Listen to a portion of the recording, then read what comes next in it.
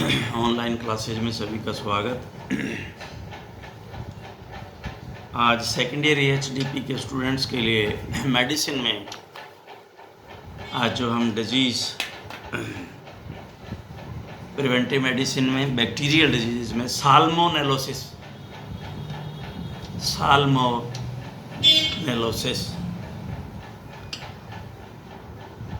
इसे paratype fever,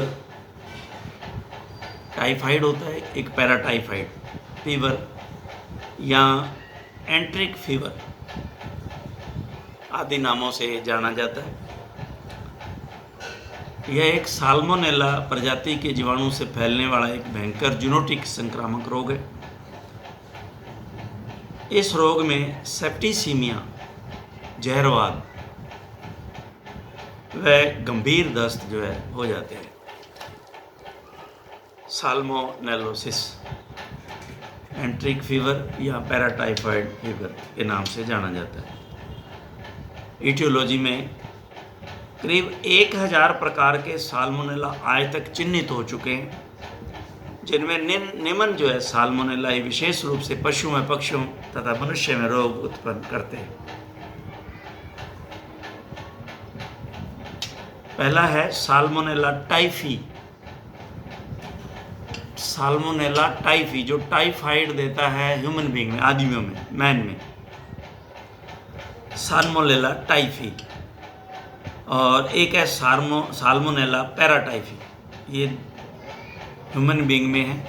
और जब टाइफाइड हो जाता है आदमी को तो ये टेस्ट लगाए जाते हैं। उसके अंदर अगर ये पाया जाता है, आपने देखा होगा कि कहते हैं ना टाइफाइड का टेस्ट करवा के लाओ, तो टाइफाइड का टेस्ट जब करवाते हैं तो उसमें फिर वो आते हैं कि +4 है, +3 है, कितना जो है वो इन्फेक्शन है, +2 है।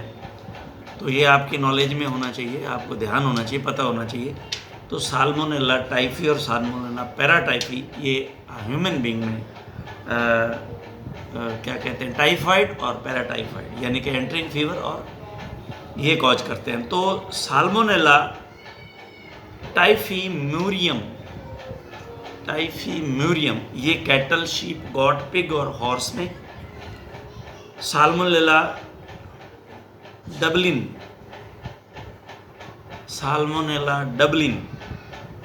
डबलिन आयरलैंड की राजधानी, capital of Ireland Dublin.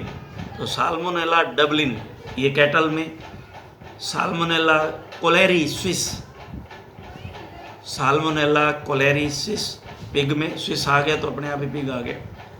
And salmonella अबोर्शियो equina horse में।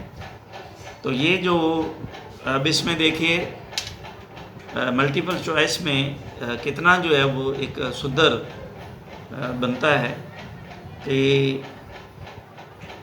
अब आपको हॉर्स में दिए जा सकते हैं। हॉर्स में जो जो डिजीज़ कॉज करते हैं वो साल्मोनेला टाइफीम्यूरियम और अबोर्शियो इक्वाइना, दोनों या कोई भी नहीं।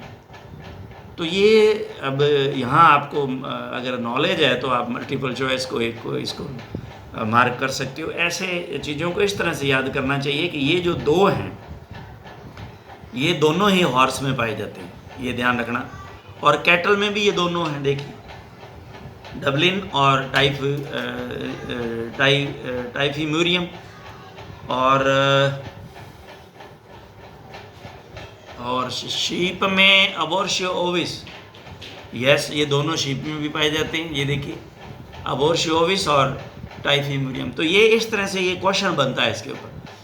तो ये जनरली तो ये LSA वाले में तो मुझे नहीं लगता इतना इम्पोर्टेंस है, लेकिन ये जब आपका कंपटीशन होगा तो ऐसे क्वेश्चन आएंगे, वहाँ चुनौती होगी, आपको वहाँ चुना जाएगा।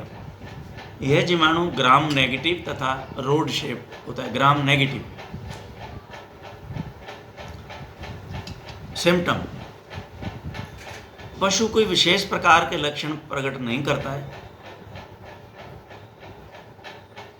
लेकिन पशु वह कैरियर का काम जरूर करता है। इस रोग में 2 प्रकार के लक्षण दिखाई देते हैं। एक में तो जहरवाद हो जाता है, सेप्टिसीमिया। इस प्रकार के लक्षण मुख्य रूप से युवा अवस्था के पशुओं में पाए जाते हैं।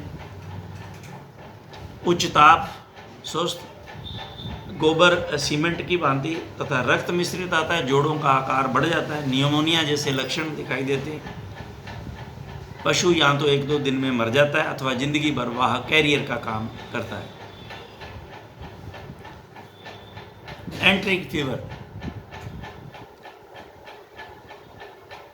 सेप्टिसीमिया और एंट्रिक फीवर, इस प्रकार के रोग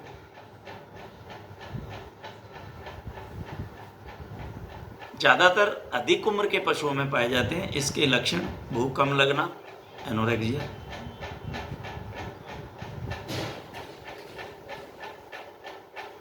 सुस्त रहना, उच्च तापमान, पानी जैसे दस्त, बाद में पेट दर्द के साथ खून व म्यूकस भी दस्त में आने लगता है। कभी कभी रक्तस्राव व एनीमिया के कारण 3 से 7 दिन में भी पशु की मृत्यु हो जाती है। यदि पशु ठीक हो जाता है तो वाहक का काम वो जिंदगी भर कैरियर रहता है, वो जहाँ जाएगा फैलाएगा इस रोग को। यदि पशु गर्भित है तो गर्भपात भी हो सकता है। उपचार में इसमें ह्यूमन बीइंग में भी क्लोराम्फेनिकोल ही ड्रग ऑफ चॉइस है, और इसमें भी drug of choice chloramphenicol, generally chloramphenicol, chloromycetin देते हैं। इसमें क्लोरोमाइस्टिन नाम से आती है मेडिसिन, क्लोराम्फेनिकोल होता है। नियोमाइसिन, ट्राइमिथोप्रिन, सल्फोमिथोक्सोल, ये इतने बढ़िया काम नहीं करते हैं। नियोमाइसिन, ट्राइमिथोप्रिन, सल्फाड्रिक्स वगैरह, इसमें इतना नहीं है इंपॉर्टेंट रोल जितना क्लोराम्फेनिकोल करता है। तो आप तो इसको क्लोराम्फेनिकोल, क्लोरोमाइस्टिन, तो ये जो इम्पोर्टेंट है। उसके बाद में इंटरनल एस्ट्रीजेंट मुंह द्वारा जो दस्त को रोकेंगे और ब्लड को रोकेंगे, दोनों ही एस्ट्रीजेंट कहलाते हैं, किसी भाव को रोकने वाले। आपने फार्माकोलॉजी में पढ़ा है। रिंगर्स लैक्टेट सॉल्यूशन, ये तो ताकि उसके अंदर इलेक्ट्रोलाइट्स जो है वो बने रहें बराबर, तो ये रिंगर लैक्टेट IV उसको देते रहते हैं। DNS भी देना चाहिए क्योंकि, लेकिन रिंगर लैक्टेट सही है, इलेक्ट्रोलाइट प्लस पानी की कमी हो जाएगी तो यस ठीक है। लेकिन अगर पशु बिल्कुल नहीं खाता तो GNS या DNS भी देना बहुत ही ज़रूरी है, ये भी देखना पड़ेगा क्योंकि ग्लूकोज चाहिए। रिंगर लैक्टेट सॉल्यूशन में ग्लूकोज शायद इसमें नॉर्मल सलाइन में, रिंगर लैक्टेट में तो शायद नहीं देखना है। अगर इसके अंदर ग्लूकोज है तो वेल एंड गुड है, अगर नहीं तो ग्लूकोज देना पड़ेगा। कुछ नहीं खा पी रहा तो ये भी ध्यान रखें कि अकेले इलेक्ट्रोलाइट से क्या करें। रोकथाम, कंट्रोल, पशु का प्रसव हाइजीनिक हालात में करावें।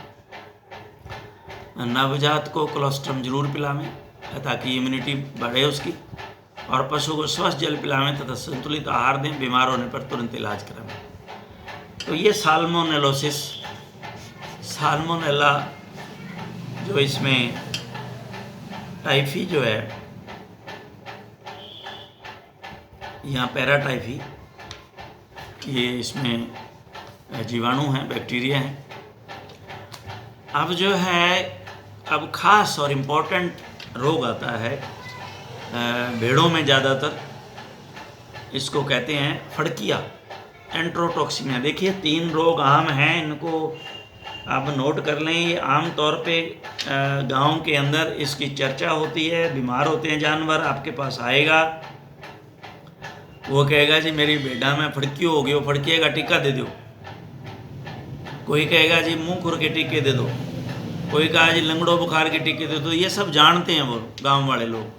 तो ये आपको जरूरी है, ये तीनों बीमारियों का तो विशेष तौर से पता होना चाहिए। साल्मोनेलिस पता है कि नहीं पता, कोई बात नहीं। एक्टिनोमाइकोसिस पता है कि नहीं पता, कोई बात नहीं। लेकिन ये 3 तो, क्योंकि वो आके कहेगा आप पूछो उससे फड़किया क्या होता है, तो ये एक अच्छा नहीं लगेगा। इसको एंट्रोटॉक्सीमिया भी बोलते हैं, इसका नाम एक्चुअल में एंट्रोटॉक्सीमिया। इसे पल्पी किडनी के नाम से भी जानते हैं, पल्पी किडनी। तो इस बीमारी के अंदर क्या है, पोस्टमार्टम करके जब देखते हैं डेड बॉडी का, तो उसमें किडनी जो है पल्पी हो जाती है, पल्पी बहुत ही लचीली मुलायम पल्पी। इसे पल्पी किडनी डिजीज या ओवर ईटिंग डिजीज भी कहते हैं। यस, जहाँ पे भेड़ों को जब ये फसल काट लेते हैं तो जब वहाँ छोड़ देते हैं तो अधिकतर ये जो है जानवर ज़्यादा खा जाते हैं, ओवर ईटिंग ऑफ कार्बोहाइड्रेट ज़्यादा खा जाते हैं जानवर, तो ये ओवर ईटिंग डिजीज भी है। जो ज़्यादा खाते हैं जानवर वो मोटे ज़्यादा हैं, तो वो ज़्यादा स्वस्थ जो है वही मरते हैं इसमें ज़्यादातर, तो इसलिए इसको ओवर ईटिंग डिजीज भी कहा गया। ये रोग मुख्य रूप से मेमनों, भेड़ों में तीव्र गति से क्लोस्ट्रीडियम वेल्चियाई टाइप डी व क्लोस्ट्रीडियम परफ्रिंजेज। देखिए अब इसके दो जीवाणु हैं और इनको दोनों के अंडरलाइन कर लेना। देखिए बी केयरफुल, जो मैं बता रहा हूँ आपको ये जरूर पूछा जाएगा, एक तो BQ का, एक HS का और एक इसका एंट्रोटॉक्सीमिया का। तो एक नंबर भी कंपटीशन में बहुत वैल्यूएबल होगा उस समय आपके लिए। तो जहाँ जहाँ मैं निशान लगवा रहा हूँ, क्योंकि HS का बैक्टीरिया जरूर पूछा जाता है, BQ का बैक्टीरिया जरूर पूछा जाएगा और एंट्रोटॉक्सीमिया का जरूर पूछा जाएगा, क्योंकि ये तीन तो आम जो है बीमारियां हैं जो फील्ड के अंदर आपको देखने को भी मिलती हैं, सुनने को मिलेंगी, और आपको इसका प्रिवेंशन करना है। पहले टीके लगाने हैं इनके सब के आपको। तो जीवाणु द्वारा पशु के आंतों में उत्पन्न एंट्रो का मतलब एंट्राइटिस से आ गया ना, एंट्राइटिस आंत की सूजन, एंट्रो आंत, पशु की आंतों में उत्पन्न बीटा व एप्सिलॉन तथा आयोटा नामक जहर टॉक्सिन के कारण होता है। इन तीनों को याद कर लें आप। मल्टीपल चॉइस में कहीं ना कहीं ये जो है वो क्वेश्चन दे देगा। ये मैं जो बातें कर रहा हूँ वो आपकी कंपटीशन की बातें कर रहा हूँ मैं।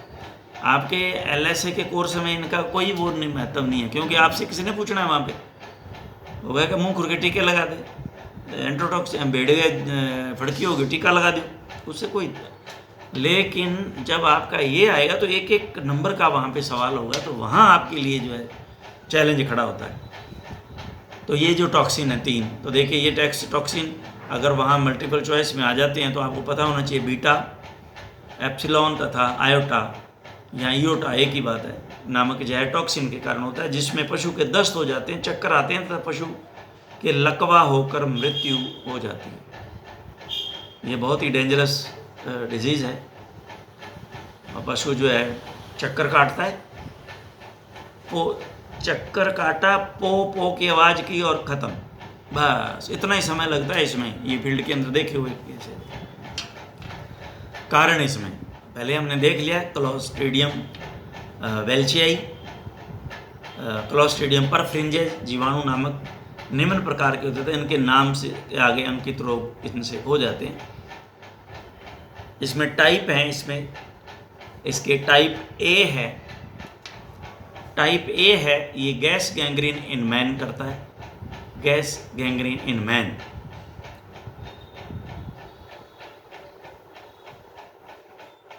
बी, ये भी आपको याद होने चाहिए, ये भी इंपॉर्टेंट है क्योंकि इसमें से भी मल्टीपल कोई ना कोई चॉइस आ सकती है। बी लैम्ब डिसेंट्री, जो लैम्ब हैं यानी कि भेड़ के बच्चे हैं उनमें डिसेंट्री खूनी दस्त।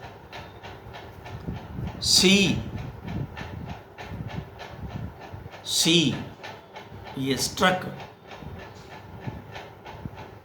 इसको देखना पड़ेगा what is the meaning of struck, ऐसा देखा नहीं है, let we see, no problem, निशान भी नहीं लगा रखा स्ट्रक। और डी में है एंट्रोटॉक्सीमिया इन एडल्ट शीप व पल्पी किडनी इन लैम्ब्स।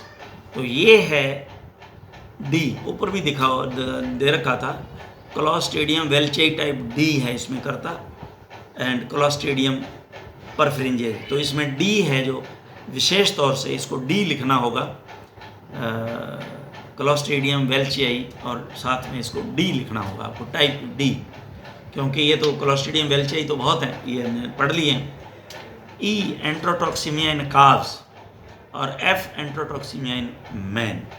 तो देखिए मैन के अंदर ए और एफ आ गए हुए, दोनों, एक गैस गैंग्रीन करता है और एक एंट्रोटॉक्सीमिया करता है। उक्त जीवाणु निम्न विष जो है वो उत्पन्न करते हैं। टाइप बी जो है वो टाइप बी अल्फा, बीटा और epsilon, E, C alpha beta, D alpha and E, alpha and E, and E जो है अल्फा एंड बीटा। तो अल्फा एंड ई नामक टॉक्सिन के कारण नेक्रोसिस व टॉक्सीमिया व डेथ होती है।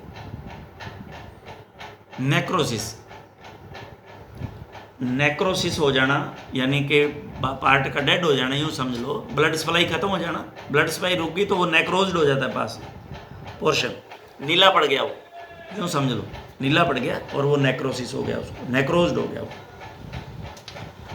तो नेक्रोसिस हो जाता है और टॉक्सीमिया हो जाता है, इसमें जहरवाद हो जाता है और डेथ हो जाती है। इस रोग के लिए निम्न परिस्थितियाँ जिम्मेदार हैं, जिसके कारण भेड़ प्रोटीन युक्त आहार ज़्यादा खा जाता है। प्रोटीन युक्त, यस, हाँ, चने ज़्यादा, यस, प्रोटीन बिल्कुल सही है, ज़्यादा प्रोटीन युक्त खा जाता है, तथा उक्त टॉक्सिन पशु की आंत में अधिक मात्रा में बनने लग जाते हैं। ताज़ी फसल कटे हुए खेतों में पशु चरने से, ये बता दिया मैंने। सरसों, चने, ये देखिए चना, सरसों, चने तथा खेतों में कटाई के बाद भेड़ व बकरी वहाँ पर पड़ी सरसों व चने की फलियों को अधिक मात्रा में खा जाती है। पशु की आंतों में अंतः परजीवियों का होना भी इसमें कारण है। तो ये बहुत बड़ा कारण है, इसको ध्यान से आप देखें। और लक्षण, पेट में तीव्र दर्द होने के कारण पीड़ित भेड़ बकरी बेचैन होकर हवा में कूदने, ये देखिए बिल्कुल सही है, हवा में कूदने लग जाती है, अर्थात उछलती है। तो ये उछलेगा बच्चा, उछलेगा बच्चा, ओपो की आवाज़ करेगा, चक्कर लगाया, खत्म।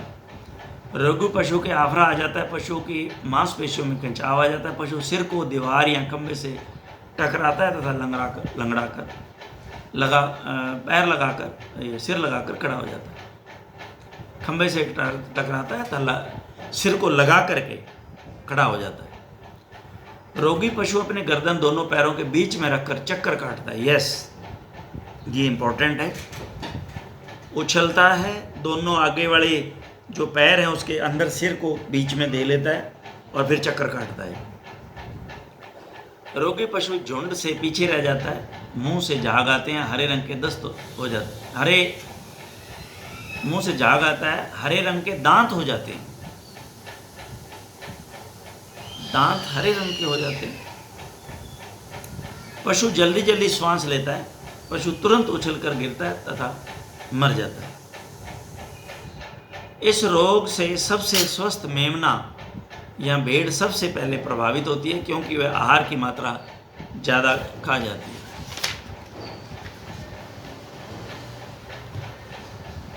निदान, डायग्नोसिस, लक्षणों के आधार पर हम उसका निदान करते हैं। डायग्नोसिस, शव परीक्षण पर पल्पी किडनी मिलती है, पोस्टमार्टम करते हैं जब।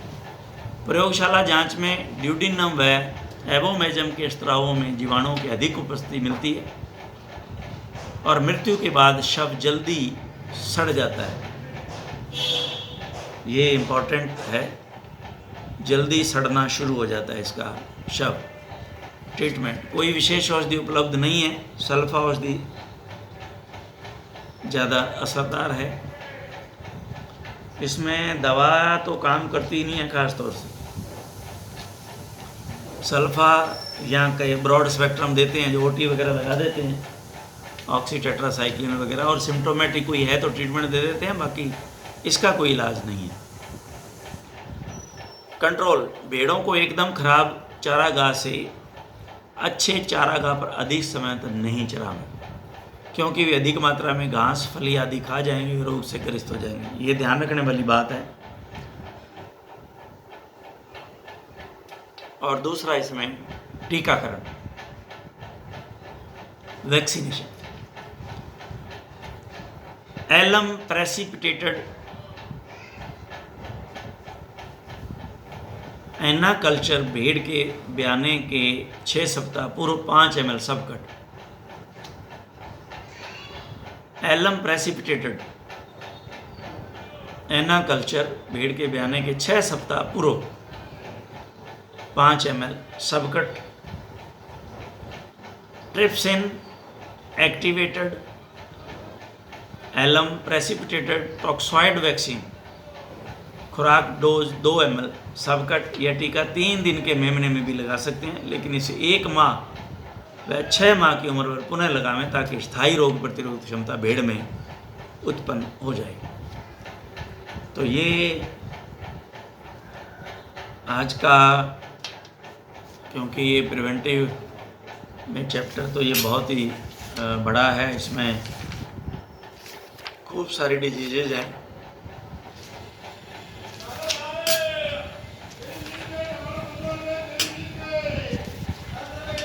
तो इसको आप एक और इसमें बेसिलरी हीमोग्लोबिनूरिया, बेसिलरी हीमोग्लोबिनूरिया, इस रोग को रेड वाटर डिजीज के नाम से भी जानते हैं। पेशाब लाल होता है, इसलिए इसको रेड वाटर कहते हैं, लाल रंग का पेशाब होता है। वह संक्रमण हीमोग्लोबिनूरिया, इन्फेक्शियस हीमोग्लोबिनूरिया भी कहते हैं। हीमोग्लोबिन जो है वो पेशाब में आती है, इसलिए लाल होता है रंग, तो इसको इसलिए बेसिलरी हीमोग्लोबिनूरिया कहते हैं। यह रोग मुख्य रूप से गोवंश व भेड़ वंश में क्लोस्ट्रीडियम हीमोलिटिकम व क्लोस्ट्रीडियम नोवियाई टाइप डी भी कहते हैं नामक जीवाणु से होता है। क्लोस्ट्रीडियम हीमोलिटिकम को क्लोस्ट्रीडियम नोवियाई टाइप डी भी कहते हैं, इससे जीवाणु से ये होता है, और ये इन्फेक्शियस है, इन्फेक्शियस हीमोग्लोबिनूरिया है। रोगग्रस्त पशु सुस्त हो जाता है, बुखार हो जाता था, रक्त में रक्त कोशिकाओं एरिथ्रोसाइट्स के टूटने के कारण पेशाब में खून आने लग जाता है, एवं पशु की श्लेष्मा झिल्लियाँ पीली हो जाती हैं। पशु 26 से 36 घंटे में मर जाता है। एटियोलॉजी, क्लोस्ट्रीडियम हीमोलिटिकम, जिसे क्लोस्ट्रीडियम नोवियाई टाइप डी भी कहते हैं, नामक जीवाणु से होता है। छड़ की भांति का मोटाइल एनारोबिक जो जीवाणु है, यह जीवाणु दूषित जल व आहार के द्वारा आहार नाल में पहुंचकर एक खतरनाक टॉक्सिन बनाता है। यह टॉक्सिन रक्त कोशिकाओं को तोड़ देता है, यानी कि आरबीसी को, तथा पेशाब में हीमोग्लोबिन आने लग जाता है। वो जब आरबीसी टूटते हैं तो हीमोग्लोबिन जो है वो, तो आरबीसी के टूटने का कारण एक ये टॉक्सिन भी है, और दूसरा आपको मैं बता देता हूँ, दूसरा हमने मेटाबॉलिक डिजीज में पढ़ा है, फास्फोरस की कमी से भी ये आरबीसी टूटते हैं, उस समय भी रेड वाटर होता है। तो दोनों में फ़र्क क्या होगा, मैंने आपको बताया था कि ये इन्फेक्शियस है तो इसमें टेम्परेचर ज़रूर होगा, ये ध्यान रखें। इस रोग में लक्षण, इस रोग में पशु बिना लक्षण प्रकट करे ही मर जाता है। पशु को एकाएक बुखार होता है, ये देखिए इसमें बुखार आएगा, लेकिन फास्फोरस की कमी से अगर आरबीसी टूटते हैं तो उसमें बुखार नहीं आएगा। ये दोनों में डिफरेंस है। खाना पीना जुगाली करना बंद कर देता है। पशु की कमर आर्च्ड बैक हो जाती है, यूं धनुषाकार, यूं धनुषाकार हो जाती है। पशु चलता है तो घर घर की आवाज़, ग्रंटिंग साउंड श्वास नली द्वारा उत्पन्न होती है, क्योंकि इसमें निमोनिया जैसे लक्षण भी आते हैं। जुगुलर शिला में पल्स पॉजिटिव होती है। ये हमने पल्स पॉजिटिव नेगेटिव पढ़ लिया कि क्या होती हैं ये दोनों। पेशाब में खून आने लग जाता है, जिससे आँख की, मुख गुहा की म्यूकस झिल्ली हल्की पीली इक्टेरिक हो जाती है। पशु की टॉक्सीमिया व हाइपोक्सीमिया, टॉक्सीमिया व हाइपोक्सीमिया, हाइपोक्सीमिया ऑक्सीजन की कमी, क्योंकि हीमोग्लोबिन तो उसमें जा रहा है पेशाब में, हीमोग्लोबिन की कमी है तो अपने आप ही ऑक्सीजन की कमी आ जाएगी। ऑक्सीजन को हीमोग्लोबिन ही लेके जाता है, तो सांस में तकलीफ आएगी। शरीर ऊतकों में ऑक्सीजन की कमी होने के कारण मौत हो जाती है। हाइपोक्सीमिया, टॉक्सीमिया, अल्पऑक्सीयता यानी हाइपोक्सीमिया, शरीर में ऊतकों की ऑक्सीजन की कमी। निदान, लक्षणों के आधार पर रक्त में आरबीसी की संख्या तथा एचबी की मात्रा कम हो जाती है। शव परीक्षण में यकृत में इन्फार्क्शन, यकृत लीवर में, लीवर के अंदर इन्फार्क्शन। जीवाणु का कल्चर, कल्चर के बारे में मैंने आपको बता दिया था कि इसको कल्चर जो है एक डिस्क के अंदर मीडिया डाल करके और उसमें कल्चर करते हैं और इसको देखते हैं, तो ये इसमें फिर जब जांच करते हैं माइक्रोस्कोप से तो ये इसका पता चल जाता है। जीवाणु का कल्चर करावें। और पेशाब में निम्न बीमारी में भी खून आता है, अतः निम्न तुलनात्मक सारणी, अच्छा इन्होंने इधर दे रखा है, यस हाँ ये देखिए, बुखार की स्थिति, जॉन्डिस की स्थिति, हीमोग्लोबिनूरिया, लिवर इन्फेक्शन और जीवाणु की उपस्थिति, यस ये इसमें ये भी एक दे रखे हैं चारों पांचों बीमारियों के। लेप्टोस्पायरोसिस, एनाप्लाज्मोसिस, बेवेसियोसिस, ये हम आगे पढ़ेंगे ना जब ये सारी की सारी, तो इस ये आपकी चार्ट काम में आएगा। बेवेसियोसिस अभी हमने, एनाप्लाज्मोसिस, पोस्ट पार्थेटिक और एंजियोटिक और मायोग्लोबिनूरिया, यह भी हम आगे पढ़ेंगे जब ये देखेंगे। शायद ये नहीं पढ़े हैं अभी हमने, नहीं है पढ़े होंगे, पिछली बार पढ़े थे। तो इनके अंदर ये जो है डिफरेंस आएंगे, वो एक एक करके अलग से जो आप नोट कर लें, ये मल्टीपल चॉइस में क्वेश्चन दे सकते हैं और बनता है एक क्वेश्चन। उपचार में ब्रॉड स्पेक्ट्रम एंटीबायोटिक देनी है, ओटी वगैरह।